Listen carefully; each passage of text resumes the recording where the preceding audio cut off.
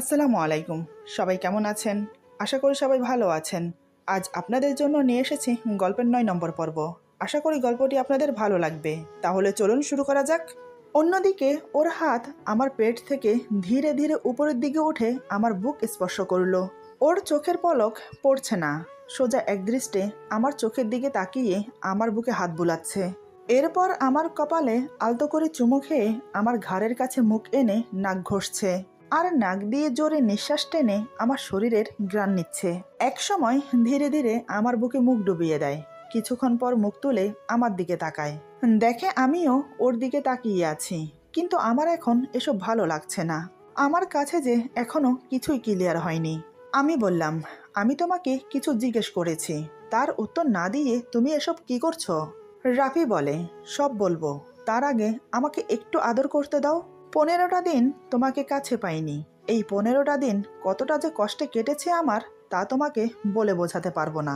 আমি বললাম, কিন্তু রাফি আমার ঠোঁটের ওপর আঙ্গুল রেখে বলে, এখন কোনো কথা নয়, সব পরে বলবো। এই বলে সে আমার ঠোঁটে তার ঠোঁট ডুবিয়ে দেয়। এবার আমার কাছে আরো বিরক্ত লাগছে। আমি আর থাকতে না পেরে হঠাৎ এক ঝটকায় ওকে ধাক্কা মেরে নিজেকে ছাড়িয়ে নেই। আচমকা আমার ধাক্কা খেয়ে রাফি চিৎ হয়ে বিছানায় শুয়ে পড়ে।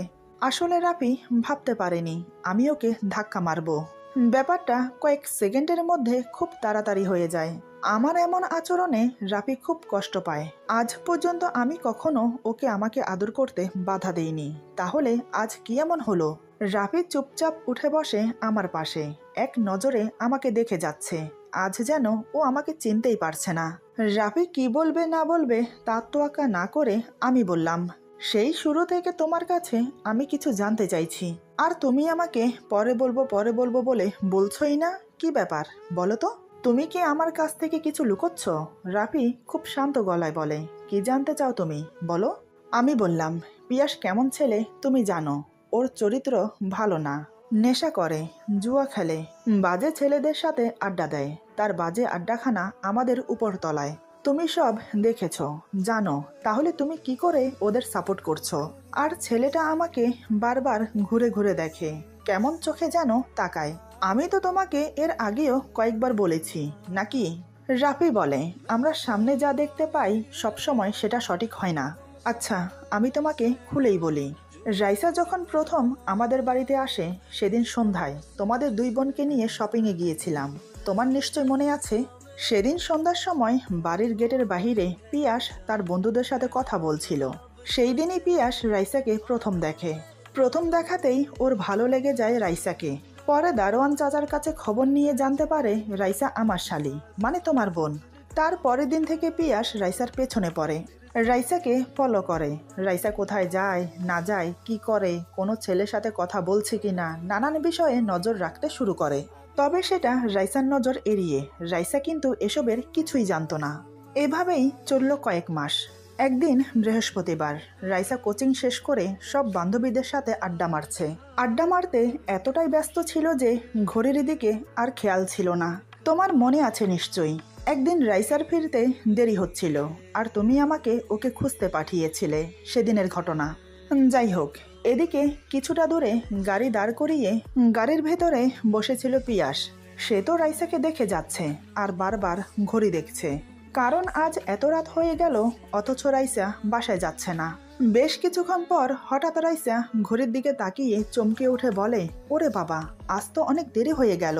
আজ নির্ঘাত আপুর বকা খেতে হবে। কিন্তু এত রাতে আমি একা যাব কি করে? ওদের মধ্যে দুজন ছেলে ফ্রেন্ড ছিল। রাইসার কথা শুনে একজন বলে, আরে চিন্তা করিস না, আমার বাসাও তোদের ওইদিকে, তুই বরং আমার সাথে চল, যাওয়ার পথে তোকে নামিয়ে দেব। ছেলেটার কথা শুনে রাইসা রাজি হয়ে গেল।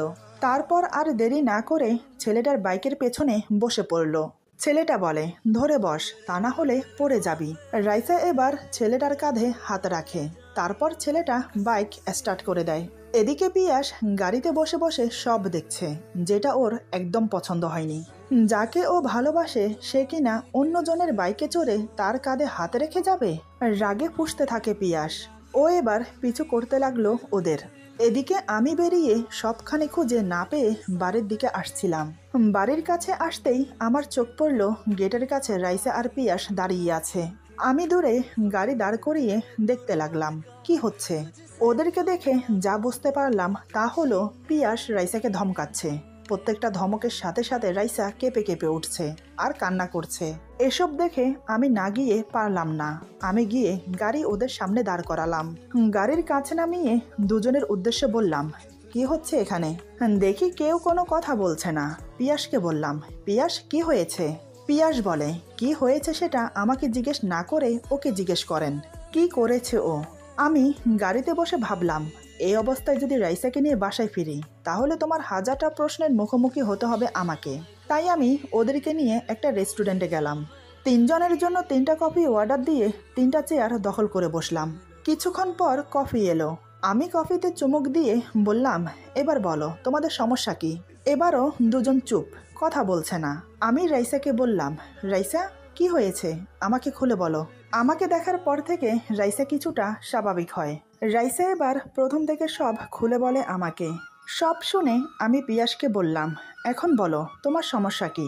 রাইসা যদি ঘরে দেরি করে আসে সেটা দেখার জন্য আমি আছি, ওর বোন আছে, ওকে শাসন করার জন্য, ওকে বকার জন্য আমরা তো আছি। কিন্তু তুমি কেন ভাই শুধু শুধু ওকে বকা দিচ্ছ? ও দেরি করে আসুক, ওর বন্ধুর বাইকে করে আসুক, এটার জন্য তুমি কেন ওকে বকা দেবে? এখানে তোমার সমস্যাটা কোথায় আমাকে বলো। পিয়াস কোনো দ্বিধা না করেই বলে, আমার সমস্যা আছে। ও কোন সাহসে ওই ছেলের কাঁধে হাত রেখে বাইকে বসেছে? আর এত দেরি করে আড্ডা দেওয়ার মানে কি? কোচিং শেষ করে বাসায় চলে যায় প্রায় দেখি। শুধু বৃহস্পতিবার একটু বান্ধবীদের সাথে আড্ডা দিয়ে 7:30 8টার মধ্যে বাসায় চলে যায়, তাতেও কোনো প্রবলেম না। কিন্তু আজ এত দেরি হলো কেন? রাত কয়টা বাজে এখন? এত রাত পর্যন্ত একটা মেয়ে বাহিরে থাকা একদম সেফ না, সেটা কি ও জানে না? আমি পিয়াসকে বললাম, তার মানে কি তুমি প্রতিদিন রাইসাকে ফলো করো? পিয়াস বলে, হ্যাঁ প্রতিদিন, যেদিন থেকে রাইসা এই বাড়িতে এসেছে তার পরের দিন থেকে। আমি বললাম, কেন? পিয়াস রাইসার দিকে তাকিয়ে বলে, কারণ আমি ওকে ভালোবাসি, তাই আমি ওকে চোখে চোখে রাখি। পিয়াসের কথা শুনে আমি আর রাইসা দুজনেই অবাক। রাইসা তো অবাক হয়ে ওর দিকে তাকিয়ে আছে। আমি বললাম, পিয়াস তুমি কি বলছো? ভেবে বলছো তো? পিয়াস বলে, এখানে ভাবার কি আছে? ভালোবাসা কি ভেবে চিনতে হয় নাকি? যখন হয়ে যায় তখন এমনিতেই হয়ে যায়। আমি বললাম, দেখো পিয়াস, ভালোবাসি বললেই হয় না, ভালোবাসতে যোগ্যতা লাগে। তুমি ছেলে হিসেবে ভালো, দেখতে হ্যান্ডসাম, পড়াশোনা জানো, কিন্তু তোমার বাজে অভ্যাসগুলোর জন্য কোনো মেয়ে তোমাকে ভালোবাসবে না, এমনকি রাইসাও না। পিয়াস বলে, রাইসাকে পাওয়ার জন্য আমাকে যা করতে বলবেন আমি তাই করব, কারণ আমি ওকে খুব ভালোবাসি, আমার জীবনের চাইতেও বেশি। আমি বললাম, তাহলে তোমার খারাপ অভ্যাসগুলো ত্যাগ করে ভালো একটা চাকরি খোঁজো। আমি কথা দিচ্ছি, যদি তুমি নিজেকে ভালো করতে পারো, আমার যদি মনে হয় তুমি আমার শালীর যোগ্য, তাহলে আমি নিজে দাঁড়িয়ে থেকে তোমাদের বিয়ে দেব। কিন্তু এর আগে আমি যেন তোমাকে রাইসার আশেপাশেও না দেখি। পিয়াস বলে, আপনি আমাকে যেভাবে বলবেন, যা বলবেন আমি সেভাবেই করব, তবে রাইসার কাছ থেকে দূরে যেতে পারবো না। আমি বললাম, এভাবে তো ওর পড়াশোনায় ডিস্টার্ব হবে। পিয়াস বলে, আপনি যেটা ভাবছেন সেটা না, আমি দূরে থেকেই ওকে দেখব, এখন যেভাবে দেখি।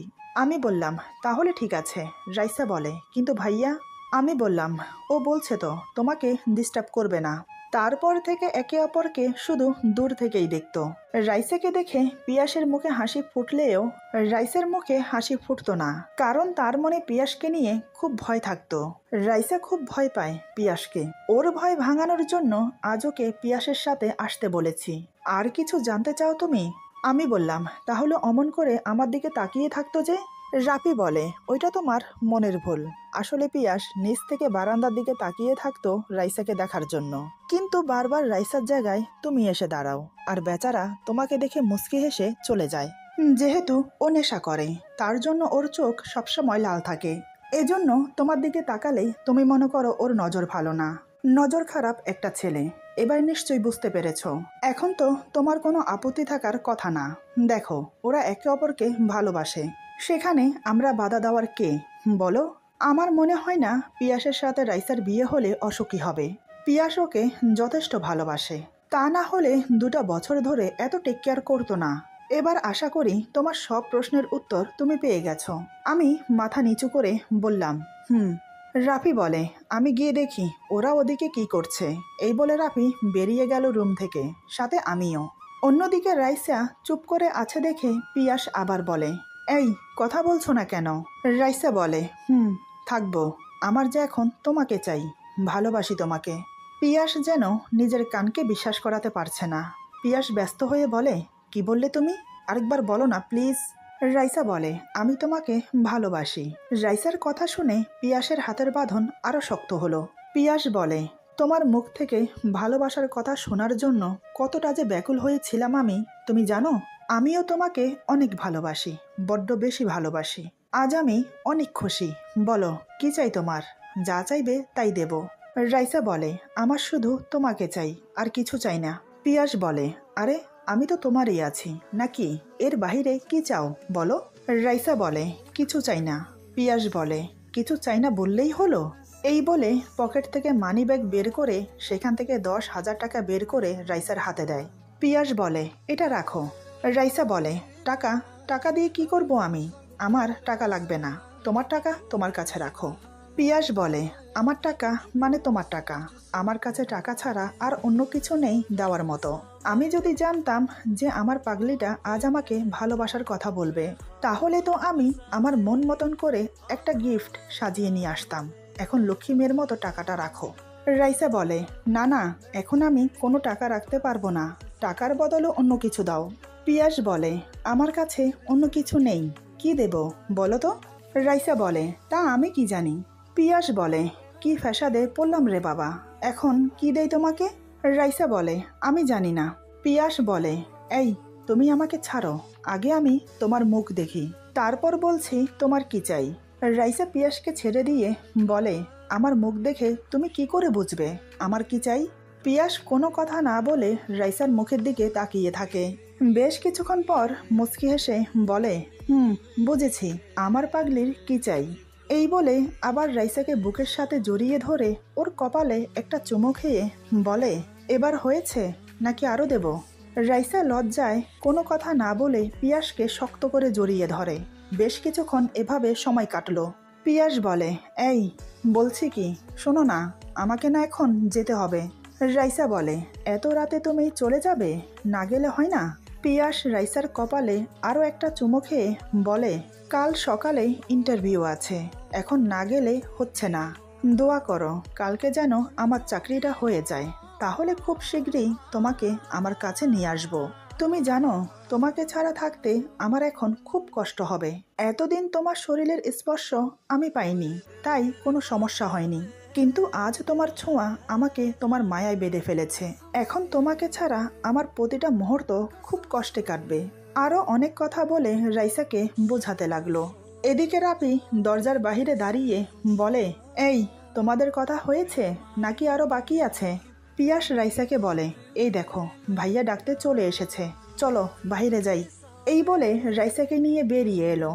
দুজনের দিকে তাকিয়ে রাফি বলে, বাহ, বেশ রোমান্টিক মুহূর্ত কাটিয়েছ দুজন, দেখে তো তাই মনে হচ্ছে। তা ভাই, দুজনের মধ্যে সব ঠিকঠাক হয়েছে তো? পিয়াস বলে, হয়েছে, সব হয়েছে আপনার জন্য। আপনি যদি আমাদেরকে সাপোর্ট না করতেন তাহলে হয়তো সম্ভব হতো না কিছুই। কি বলে যে আপনাকে ধন্যবাদ জানাবো আমার ভাষা নেই। রাফি বলে, থাক, আর ধন্যবাদ দিতে হবে না, তোমাদের জন্য যেটা করেছি সেটা আমার কর্তব্য ছিল। এখন তো রাত অনেক হয়ে গেছে, এত রাতে যাওয়া ঠিক হবে কি? আমি বলি কি, তুমি থেকে যাও, ভোর 4টা বাজে না হয় রওনা দিও। পিয়াস আর না করল না, কারণ সে রাইসার শরীরের স্পর্শ পেয়ে রাইসার জন্য ব্যাকুল হয়ে আছে। রাতে থেকে গিয়ে যদি আরেকবার সুযোগ পায় ওকে কাছে পাওয়ার, তাই সে আশায় সে থেকে গেল। আমি বললাম, রাইসা তুই আমার সাথে থাকবি, চল। রাফি বলে, পিয়াস তুমি আমি একসাথে থাকবো, চলো। আমি ভেবেছিলাম রাফি বলবে, রাইসা কেন তোমার সাথে থাকবে, ওকে ওর রুমে ঘুমাতে দাও, কিন্তু না, ও তো এ কথা বলল না। তাহলে কি অভিমান করে আছে? অভিমান করে থাকাটাই স্বাভাবিক। বিনা বাজায় আমি ওকে অপমান করেছি, সন্দেহ করেছি, এমনকি থাপ্পড় মেরেছি, তারপরেও সে আমাকে ভালোবাসে বলে ছুটে এসেছে আমার কাছে, আর আমি কি করলাম? আবার ওকে কষ্ট দিলাম। একটু আদরিত করতে চেয়েছিল আমাকে, সেটাও আমি করতে দিলাম না, তাই অভিমান করে আছে আমার সাথে। আমি ওর দিকে কিছুক্ষণ তাকিয়ে থেকে রাইসাকে নিয়ে রুমে চলে গেলাম। রাফি আর পিয়াস দুজন আমাদের পাশের রুমে ঘুমোতে গেল। বিছানায় শুয়ে পড়লাম আমরা দুই বোন, কিন্তু কারো চোখেই ঘুমের লেশ মাত্র নেই। আমি চিন্তা করছি রাফির কথা। শুধু শুধু কেন যে আগ বাড়িয়ে বলতে গেলাম রাইসা আমার সাথে থাকবে। আমার এখন খুব মন চাইছে ওকে জড়িয়ে ধরে ঘুমোতে, কিন্তু এখন কি করব? হঠাৎ রাইসার ফোনে একটা মেসেজ ঢুকলো। মেসেজের শব্দ শুনে আমি বললাম, কিরে, কে মেসেজ করেছে? রাইসা আমতা আমতা করে বলে, কই, কেউ না তো, মেসেজ তো অফিস থেকে এসেছে। আমি বললাম, ও, ঘুমিয়ে পড়। রাইসা আমার কথার কোনো উত্তর না দিয়ে চুপি চুপি মেসেজটা দেখতে লাগলো। পিয়াস মেসেজ করেছে, রাইসা, বড় আপু ঘুমিয়ে গেলে একটু বাহিরে আসিও, তোমাদের কলপারের দিকে আসার আগে আমাকে একটা মেসেজ করিও। খুব মিস করছি তোমাকে, এই রাতে তোমাকে আরেকটু বুকে নিতে চাই। মেসেজটা পড়ে রাইসার মুখে হাসি ফুটে উঠল। এবার সে অপেক্ষা করতে লাগলো আমি ঘুমানোর জন্য, কিন্তু আমার যে ঘুম আসছে না। রাফির জন্য ছটফট করছি আমি, তাই এপাশ ওপাশ করতে থাকি। রাইসা থাকতে না পেরে বলে, আপু, কি হয়েছে তোর, এমন করছিস কেন? ঘুম আসবি না? আমি বললাম, না রে, ঘুম আসছে না আমার, কেমন যেন অস্থির অস্থির লাগছে। রাইসা বলে, বুঝেছি, দুলাভাইয়ের জন্য ছটফট করছিস, পাশের রুমেই তো আছে, ডেকে দেব? আমি একটু মেকি রাগ দেখিয়ে বললাম, নিজের চরকায় তেল দে, অন্যের চরকায় তেল দিতে হবে না। রাইসা বলে, স্বামী স্ত্রীর মধ্যে ছোটখাটো ঝগড়া হতেই পারে, তাই বলে অভিমান করে থাকাটা ঠিক না। আমি জানি তোর ঘুম আসছে না দুলাভাইকে ছাড়া, তুই ডাকতে না পারলে বল আমাকে, আমি ডেকে দিচ্ছি। আমি বললাম, কেন, ওকে ডাকতে হবে কেন? ওর কি হাত পা নেই? ও আসতে পারে না? আসলে নিজে থেকে আসবে, না হলে থাক, আসার দরকার নেই। রাইসা বুঝতে পারলো আপু মুখে যতই বলুক না কেন দরকার নেই, মনে মনে কিন্তু ঠিকই দুলাভাইয়ের সঙ্গ এখন চাইছে। ওইদিকে রাফি আমাকে নিয়ে ভাবতে ভাবতে ঘুমিয়ে গেছে, কিন্তু পিয়াস জেগে আছে রাইসার সাথে দেখা করার জন্য। আমি এপাশ ওপাশ করতে করতে এক সময় চোখ লেগে এলো। রাইসা মনে করেছে আমি ঘুমিয়ে গেছি, তাই সে চুপি চুপি বিছানা থেকে উঠে বেরিয়ে গেল। আমি কিন্তু টের পেয়েছি, তবে কিছু বললাম না, কারণ এটাই তো স্বাভাবিক। এদিকে রাইসা বেরিয়ে গিয়ে পিয়াসকে মেসেজ করলো। রাইসার মেসেজ ফোনে ঢুকতেই পিয়াস ধীরে ধীরে বিছানা ছেড়ে বেরিয়ে এলো। রাফি একটুও টের পায়নি, সে ঘুমে বিভোর হয়ে আছে। পিয়াস ঘর থেকে বেরিয়ে গিয়ে কলপারে গিয়ে দেখে রাইসা দাঁড়িয়ে আছে। রাইসাকে দেখে পিয়াসের মুখে চোরা হাসি ফুটে উঠল। নিজের ভালোবাসার মানুষকে বুকে জড়িয়ে নেওয়ার আগ্রহটা আরো শতগুণ বেড়ে গেল রাইসাকে দেখে। পিয়াস আর এক মুহূর্ত দেরি না করে ছুটে গিয়ে রাইসাকে নিজের দিকে ফিরিয়ে শক্ত করে জড়িয়ে ধরল। প্রথমে রাইসা ঘাবড়ে গেল, পরে যখন বুঝতে পারল যে পিয়াস ওকে জড়িয়ে ধরেছে, তখন সেও ওকে জড়িয়ে ধরে। পিয়াস বলে, এত দেরি করলে কেন, কতটা মিস করেছি তোমাকে, তুমি জানো? রাইসা বলে, কি করব, আপু তো ঘুমায়নি, তাই আমিও আসতে পারিনি। তুমি জানো ওদের মধ্যে রাগ অভিমান চলছে। পিয়াস বলে, কেন, কি হয়েছে? রাইসা বলে, তেমন কিছু না, সামান্য ভুল বোঝাবুঝি হয়েছে, আর কিছু না, ও ঠিক হয়ে যাবে, তুমি চিন্তা করো না। এখন বলো, তুমি আমাকে এখানে কেন রেখেছ? পিয়াস বলে, কেন আবার? তোমাকে বুকে নেওয়ার জন্য। রাইসা বলে, শুধু বুকে নেওয়ার জন্য, আর কিছু না? পিয়াস বলে, আরও তো অনেক কিছু করতে ইচ্ছে করে, কিন্তু সমস্যা আছে, এখন করা যাবে না। রাইসা বলে, সমস্যা? কিসের সমস্যা? পিয়াস রাইসার মাথায় একটা চুমু খেয়ে বলে, সমস্যা হচ্ছে আমাদের এখনো বিয়ে হয়নি, বুঝেছ?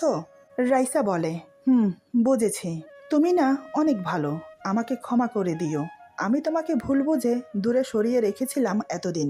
পিয়াস বলে, এটা তুমি অনেক বড় অন্যায় করেছো আমার সাথে, তাই বিয়ের পর সব সুদে আসলে উসুল করব তোমার থেকে। রাইসা বলে, সেটা কিভাবে? পিয়াস বলে, ভালোবেসে আদর করে। এই বলে রাইসার কপালে আলতো করে একটা চুমু খেয়ে বলে, রাত অনেক হয়েছে, যাও ঘুমিয়ে পড়ো। রাইসা বলে, আরেকটু থাকি না? পিয়াস বলে, আরেকটু থাকবে? ঠিক আছে, থাকো। এই বলে রাইসাকে আরও শক্ত করে জড়িয়ে ধরে। এদিকে আমি আর থাকতে না পেরে উঠে রুম থেকে বেরিয়ে পাশের রুমে গেলাম।